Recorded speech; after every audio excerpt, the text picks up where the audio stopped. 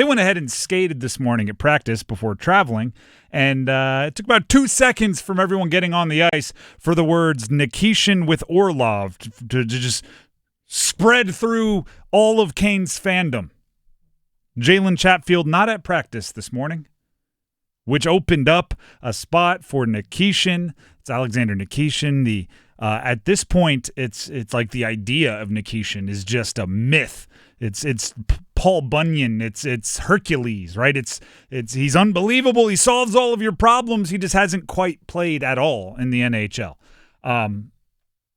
Chatfield, who tweaked something, was kind of the term used at the end of Game 4, was not on the ice. Before your imaginations run any more wild than they probably are, Chatfield is still expected to play tomorrow. Yep, Rod said it himself. He is still expected to play tomorrow. But the move to put Nikeshan in that spot when Chatfield needed a day, I think is still enough to get everybody excited. I don't think you do that unless you feel you need to. Right? And here's what I mean by that. You know that is something that will be noticed. Right? You could have slid, I don't know, Scott Morrow into you could have skated in a weird configuration. You could have done things that people would have just gone, all right, they're giving Chatfield the day. But instead you put Nikeshan in there, and you know that's the thing that's going to go viral. You know that's the thing that everybody's going to talk about. You know that's what you're going to be asked about in your media availabilities. So doing it means like, hey, if it's what's best for the team, you do it. But if it's something you're just kind of floating around there, you probably protect it a little bit to eliminate the distraction. Same with him skating for warm-ups in Game 4, right? If you walked into the Lenovo Center a little early, right?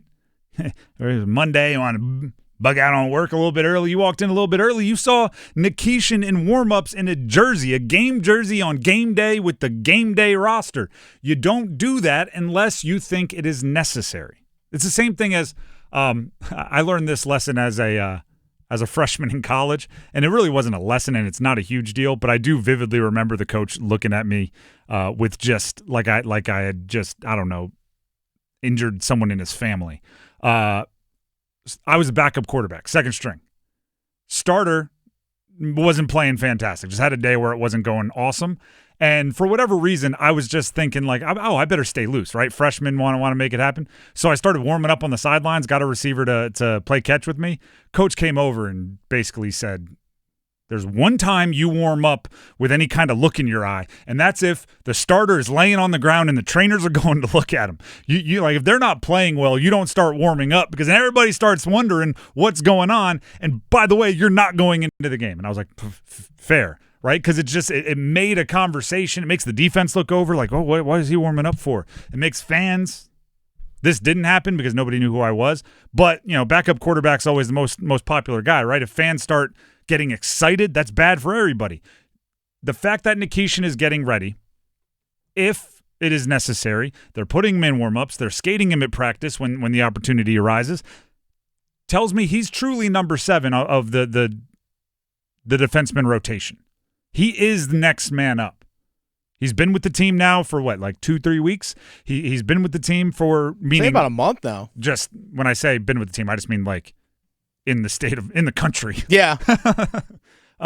He's obviously been in they've owned the rights for a long time, but he's been physically around the team for we'll go about a month. All the days are bleeding together. Yeah. There's a good chance that at some point somebody's going to need a day. Nikeshan's going to have to be ready, and I think the fan base is ready to see what that means.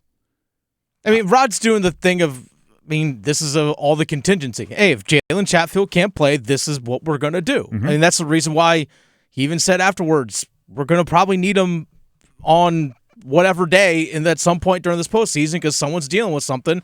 So let's get him in the routine of, hey, this is what it's like to go skate and warm up, just to get that out of his system already. I mean, the part that's 100% what it is, just getting a guy ready just in case. The part that stands out to me is it is not like him not having played in the NHL is not a deal breaker for his number being called. There are probably coaches out there, and I know that in the NHL it's not as unusual to like make a guy's debut in the postseason. Brind'amour did it as a player. But there are probably coaches out there that would say, no, I'm not throwing a rookie in. Or I'm not throwing a completely brand new, still in the seal, still in the wrapping, brand new player in there. If it happens, we'll go to somebody more veteran. That's obviously not the case. If Chatfield, and by the way, Chatfield's tough as nails. If he can go, he will be out there. If he can't, Nikeshin's the guy. And I think that's true. And by the way, that would force Orlov to play offhand, I believe is how they would he'll play on his right side. So it's not even that. It's not like whoever goes down on the defense, I believe Nikeshin's next man up. And that is an interesting little piece of information to file away and keep in mind as things do or don't happen as far as injuries in the future. There are a few other decisions that I think the Canes are mulling over. Roslovic or Jankowski, I think is one of those conversations that is just they're gonna like Rod is gonna check up with the people that he trusts darn near every game if Jankowski is healthy enough to go. Roslovic has had highs and lows, right? As he's gotten his opportunity in this series. Jankowski has been maybe a bit more steady, but you're losing a little bit of scoring bite. Although, what was it, like 7 goals in his first 10 games? Like 7 or 8, yeah. We know he's got it in there somewhere. That's an interesting one, and I think going on the road, you might lean towards Jankowski due to his ability to defend and maybe more.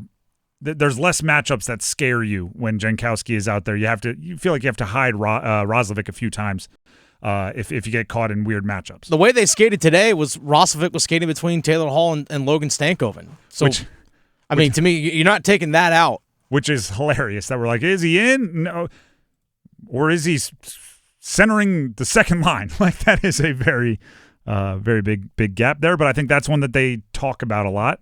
And then they did. I keep using the term mess around. It's not mess around. That makes it sound like it's just off the wall. They did shuffle up maybe the defensive pairings a little bit at the end of Game 4. I don't think that's how you start, right? They finished the game really with Sean Walker and Jacob Slavin skating together, which by default puts Brent Burns and Gostisbehere on the same pair. I don't think you start with that, but I do think that's something that you keep in your tool bag. That's something that you know now can work, and if you need a spark or you want to give somebody a few more minutes, you have that, right? It's similar. I was talking about this earlier. It's similar to Jarvis being moved up mid-game to the Ahos fetch line. Like, you know what you have there, right? You don't have to be worried about it. If you feel like you need a change-up, throw Jarvis up with the top line. You're good, and you know you're good. And you can put darn near anybody with Stahl and Martinook because those guys are such a pair that they can kind of assimilate whoever you want to throw there. Mixing things up during the postseason in game it's a luxury to know you have that at your disposal. There's because you don't want square pegs and round holes, right? You don't want just things that don't fit being your option. So it's just another thing to keep in mind. Another thing for Rod to talk about. Although I don't know if he's the chatterbox maybe that some people in my industry would be, in radio would be. If we had all the power, we'd want to talk things out. He might just go, no, I know. We got it. Good players. They can play together. Yeah, he don't care. Well, I'll make the decision during the game when I need to. Perfect. Let's hear from Rod real quickly here on the chance that they have tomorrow to close the series, but also mixing that up with sticking to what they've been doing and not changing any of their identity. That's the trick. I mean, it's not even the trick. It's what we've been doing every day that we've been here, is focusing on what is right in front of us and trying to win that day, win that game. So that's what we have. That's the task tomorrow. I actually think they've done a really, really good job of being in the right mindset at different points in this postseason. Maybe my favorite thing about this postseason run. And I think that'll continue because we have no reason to think it won't.